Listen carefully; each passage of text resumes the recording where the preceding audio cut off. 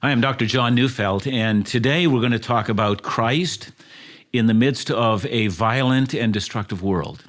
I think you're going to want to stay with me. What does Christ have to say when there's evil all around?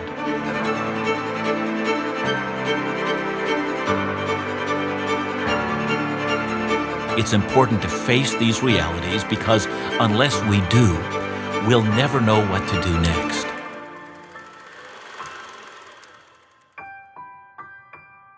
I'm reading from 2 Corinthians chapter 5, verses 17 and 18, and these are very important words that the Holy Spirit has given us. It says, "Therefore, if anyone is in Christ, he is a new creation.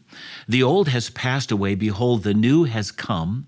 All this is from God, who through Christ reconciled us to himself and gave us the ministry of reconciliation." So you see, there are two things.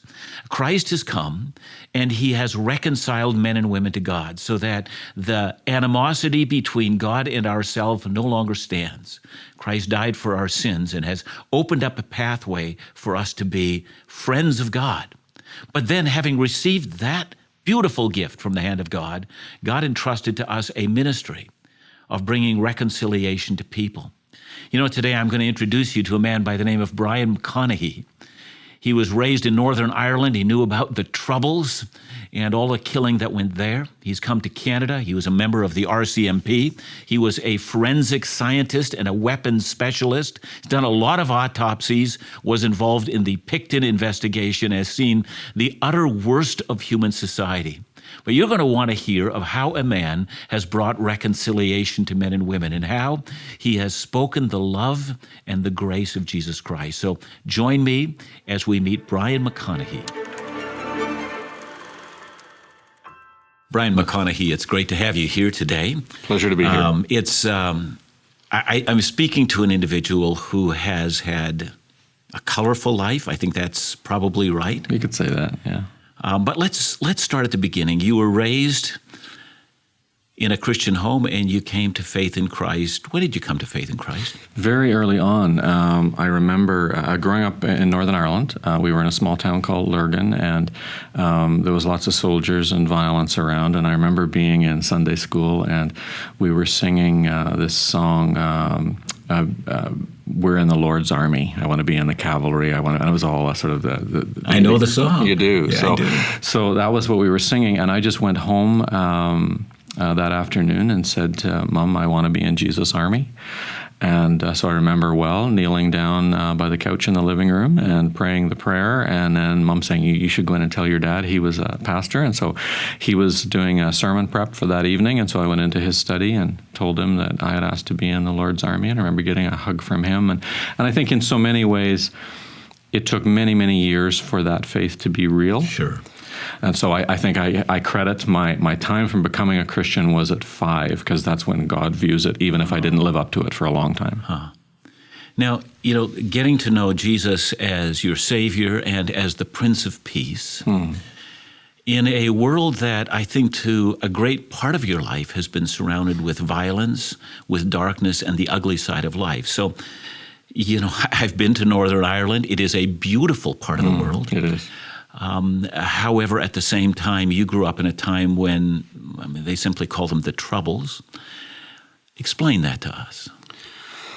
Well, it was basically characterized by sectarian violence, reported to be violence between Protestants and Catholics. It was actually political and economic, but unfortunately the social labels ended up sort of identifying it as a religious struggle, which it really wasn't. Nonetheless, culturally, ethnically, society was segregated. Protestant and Catholic. Protestant kids went to different schools to Catholic kids. And so you had this segregation that contributed to violence.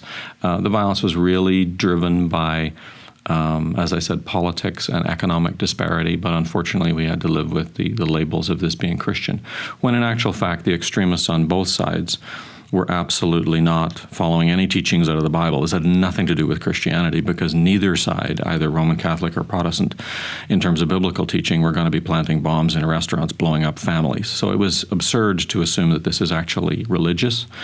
Right from the get-go, when we moved from Lurgan to Belfast, when I was about 9, I think, the violence started in terms of being beaten up and bullied, et cetera, in school. So I was absolutely not the powerful bullier. I was the weak bully. So I was picked on and abused. I was dyslexic, which was completely misunderstood and undiagnosed, so I couldn't read till I was 10. I started to learn to read when I was 10. So I was way behind the 8 ball. And of course, that just makes you the weak link, so you're going to get picked on. And that was very much my history. So you've got this background of stress. Would you say stress? Oh, yes. Yeah. So constant stress. You'd have to be careful which neighborhood you were found in, I think. Completely. Oh, there's neighborhoods to this day, even though the troubles are over. I've never been in certain neighborhoods. It's a foreign world. And certainly at night, I remember lying in bed listening to the gun battles and the sirens, and I would get a radio and I would tune into police scanners so I could hear, that was my childhood, hear how the police were moving with the fighting that was going on, and hearing the bombs going off. And my entertainment, this sounds weird, but entertainment for a teenage kid, early teen kid in Ireland, was to go downtown Saturday afternoons in the hopes of catching a bomb, because they would cordon off the streets at a supposedly safe distance, because they knew there was a bomb had been in a vehicle parked outside. And so they would hold you back 300-400 meters, and then you'd watch, 300 pounds of explosive go off. And it's spectacular. And for a teenager, it's a draw. I used to go downtown and watch bombs, and it was completely entertaining until one day, standing at one of those cordons, this white van blew up, and a steering wheel and steering column went about 15 feet whizzing over my head, probably going at about 300 feet per second. And I realized, oh, this safety line's kind of theoretical. Maybe this isn't a great idea. But that was kind of the background. So violence, hatred, yes, death. For me, not a lot of personal death. My dad, being a pastor, had to deal with a lot more of that. I see. Pastors were called in to deal with all kinds of horrendous situations in Northern Ireland, as is typical of any violent society. For me, I did not see much direct death, but its ambient presence was everywhere.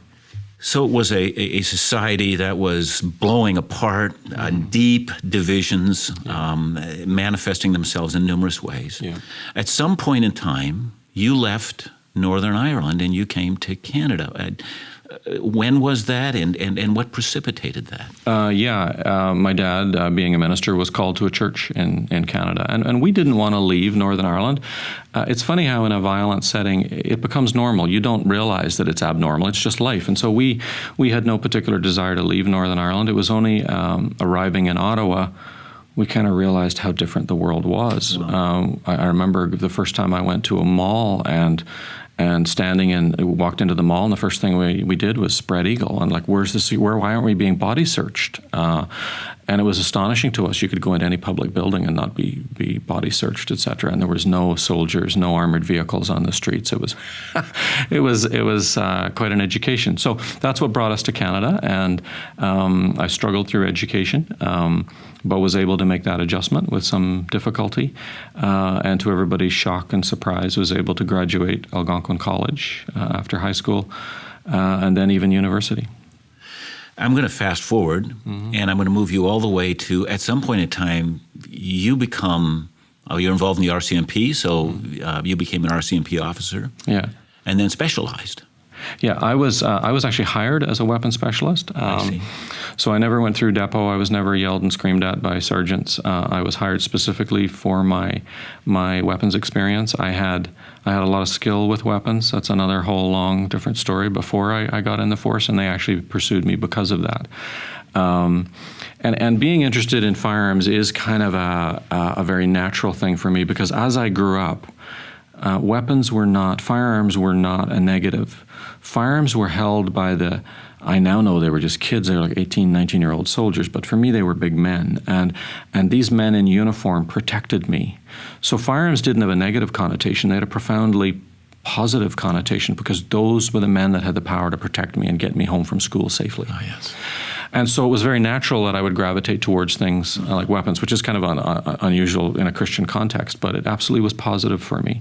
So with weapons experience, the RCMP hired me. They posted me to Vancouver. And I ended up stepping into a very dark world in terms of CSI, which is crime scene investigation, forensic science, lab work, all associated with weapons. So my world was basically blunt trauma, stabbing, shootings. What was your title with the? I was a firearms and tool mark examiner. That's a technical term where we examine physical evidence and compare it to physical evidence. So bullets to guns, axes to skulls, knives to ribs, all that kind of stuff, and forensically identify how the weapons were used. Was it this particular weapon, and how did this person, how were they killed? Were you involved in autopsies? Regularly. All the time. Yeah. So given your background in Ireland, in which violence was a part of your life, you end up in a career where violence is constantly seen. You're dealing with the dark side of the human spirit. What has that made of you, Brian? Who are you as you look at the world around you? How do you see the world? I am not easily shocked, but I have come to the point where I recognize the only solution we have as human beings is in the love and grace of Jesus Christ, because our world is so broken, and we personally are so broken. There was numerous circumstances that I would find myself in that many police officers, many professionals were involved in, and they had trouble. They had trouble putting it in a box. They didn't know what to do with it. If a drug dealer gets killed, they don't rate very high on the sympathy index. There's an anticipation you're in that world, and that's going to happen to you. And so we deal with those crime scenes, those autopsies, some of them pretty grotesque. But what happens when you have a pregnant woman killed? What happens when, I think it was my second or third autopsy was a family of 6. And the first child we autopsied was 11 months old, and shot in the head with a .44 Magnum. That's not pretty. And so how do we put that in a box? And many people I was surrounded by would really struggle with that. And for me, I didn't particularly struggle. I had a box to put that in. There is evil. It's no surprise to me that there's evil. And yet Christ was saying, I can cut through that. There are solutions for the condition humanity is in. Brian, we're going to come right back, but I think this is what I want to explore with you. The world of evil, the world of disappointment, the world of injustice, and yet a profoundly loving and caring God who sent his own Son into the world. Let's put those together. We'll be right back.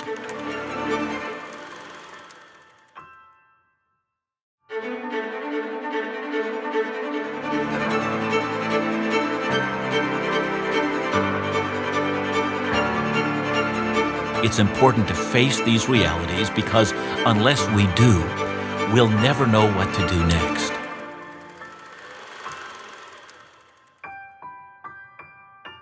I'm with Brian McConaughey, and you've got such an interesting life, and I know that eventually your life will take you to the killing fields of Cambodia so that evil in this world never ends for you.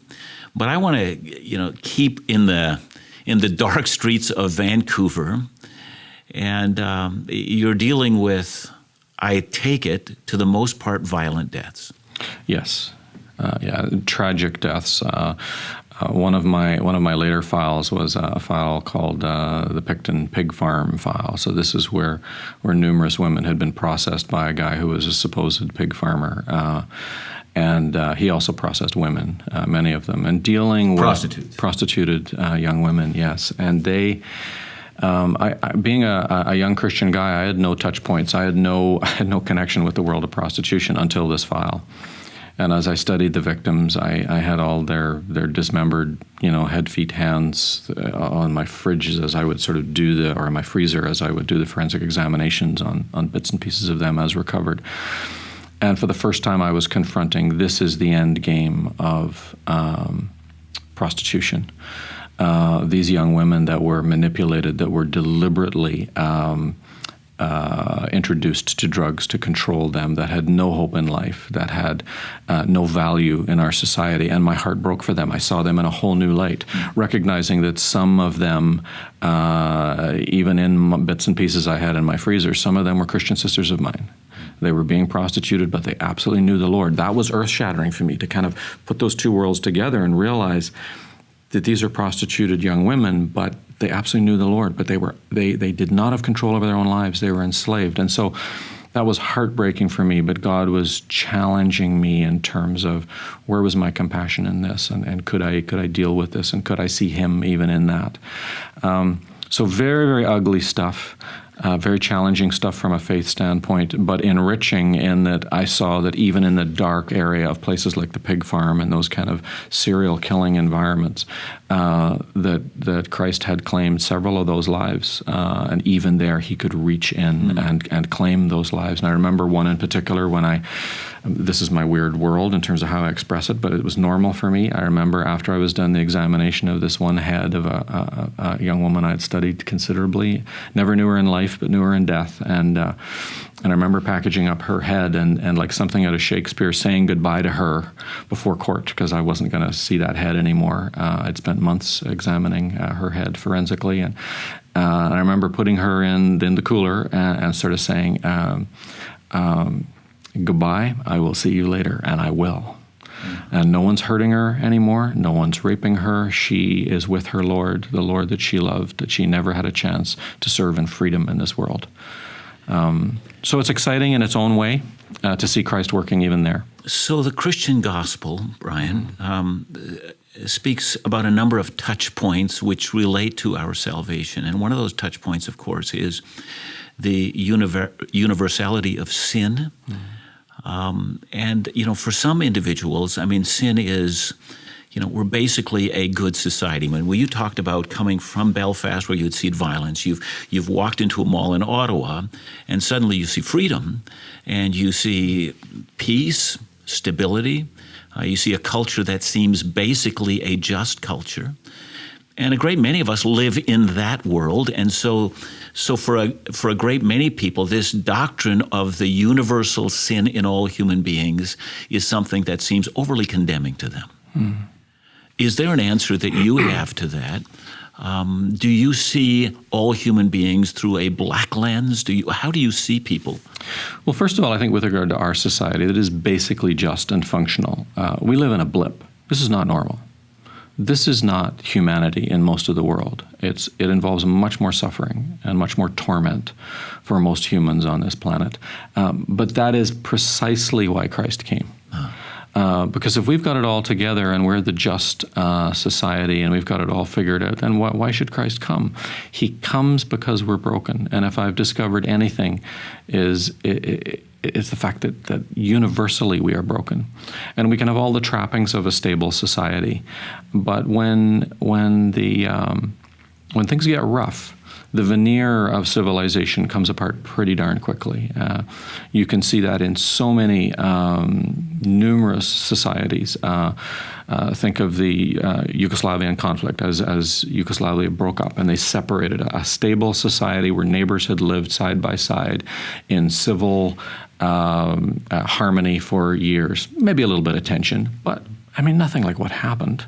If I can break in for a moment, Brian, just to use a personal example, I pastored in Burnaby for a lot of years, and one winter we had a boil water advisory because, a part of a landslide into the water reservoir, so the water was coming out brown and we needed to boil it. And so they had a run on water bottles at the Costco in Burnaby.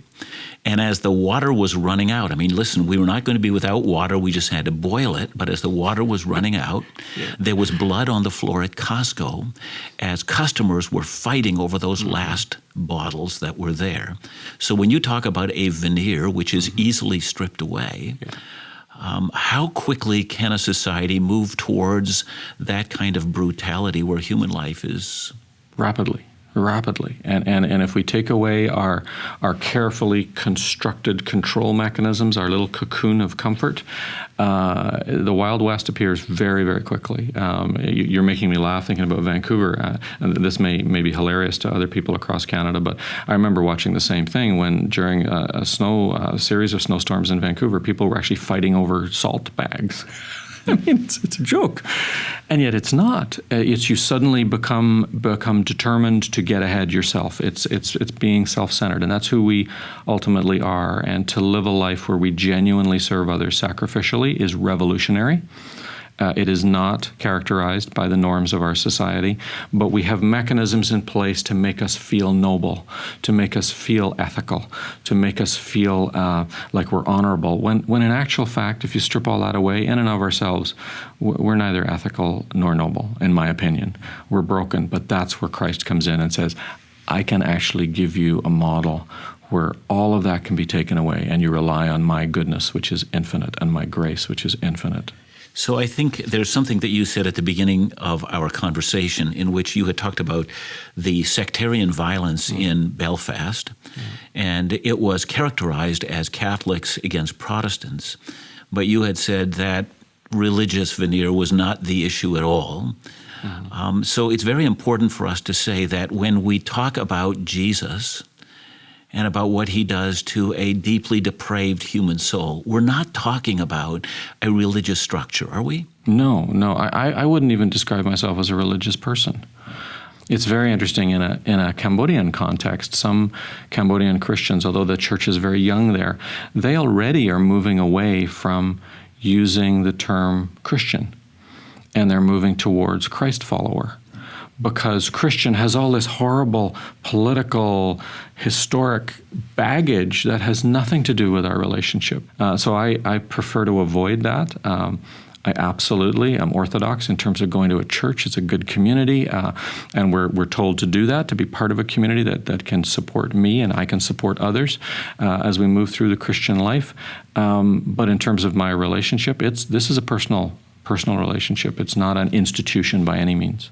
The reason I think we're having an important conversation is because I think we're saying here that that veneer of human decency is quickly stripped away and reveals a heart that's deeply, deeply in love with violence and hatred. And yet Christ came into a darkened world to provide forgiveness of sins, access to the Father, a changed life, and a perspective that allows us to be people of love and to follow him rather than to follow darkness. And he does that in the context of freedom and hope, not a context of religious oppression and control, which again, there's so much in quote-unquote Christianity that's loathsome, but it's normally the misuse of Christianity. If we actually look at Christ, the individual, particularly with regard to women, his relationships are revolutionary with women. He breaks all kinds of social rules in giving dignity and hope and honor to young women. The kind of women that I was discovering in the Willie Pickton murder scenes, who were prostituted, who had no value, who lived lives that were profoundly damaged. And instead of condemning them the way society would do, so open, progressive society, he went way beyond that. Yes. And said, you are honored, you have value to me, and I will discuss things in an honorable context with you, and I will speak to you tenderly even when others want to stone you and kill you for what they perceive to have been wrong. I'm the arbiter of what's right and wrong, and I choose to forgive. And so he consistently honors women in a way that's completely revolutionary. He was well over 2,000 years ahead of his time socially. And maybe still another 2,000 years. Yes. Brian, we have so much we can talk to. I feel we've just begun to scratch the surface. But there's something about the love of Christ that breaks through the worst darkness at all. And I want to thank you for coming to Truth and Life today. God bless you, Brian. Thank you. It's my pleasure.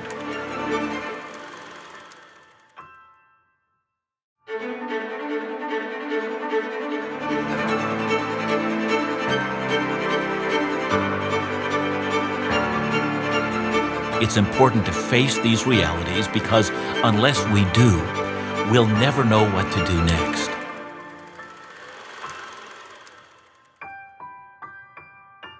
So what do we take from what we've just heard? Well, I take a number of things, and one is the prevalence of evil in human society and in all human hearts. For all of those individuals who say, I don't sure I believe in sin, I wonder about the bubble that they've been living in and the denial of the reality of sin in our world. There is so much hopelessness, so much despair, so much violence, so much killing so much hatred of one another in this world. Were it not for the grace of God, we would have already all been consumed. That's just a true reality that all of us need to face. But the other thing is, there is a marvelous and loving God who has entered into the human race and has not left us to our own designs. Grace has been given, and not only has grace been given, but God has appointed his servants, those who have come to know Christ, to be agents of reconciliation. I'd like to tell you a little story about my years ago being in the nation of Romania right after the brutal communist dictatorship had been brought down. I know a man there who started a Christian university. The president of the country came to him and said, "Can you raise up nurses for some of the poorest villages?" And he said, "Mr. President, why are you coming to us?" And the president said, "Because I know only Christians will go there. And I know that there are things only Christians will do because God has called us to be his agents of light." I want to say this to everyone who's watching this. God has called you, if you know Christ, to be an agent of reconciliation, to be an agent of healing, to bring Christ and the aroma of Christ into every area of work. Be Christ to all those people who are around you. You have no idea what God is doing, but there is a marvelous aroma that comes when believers function with Christ. That's what we saw in Brian, and that's what we continue to see in everyone who serves Jesus. What a wonderful story. No matter your background, Christ has a work for you to do.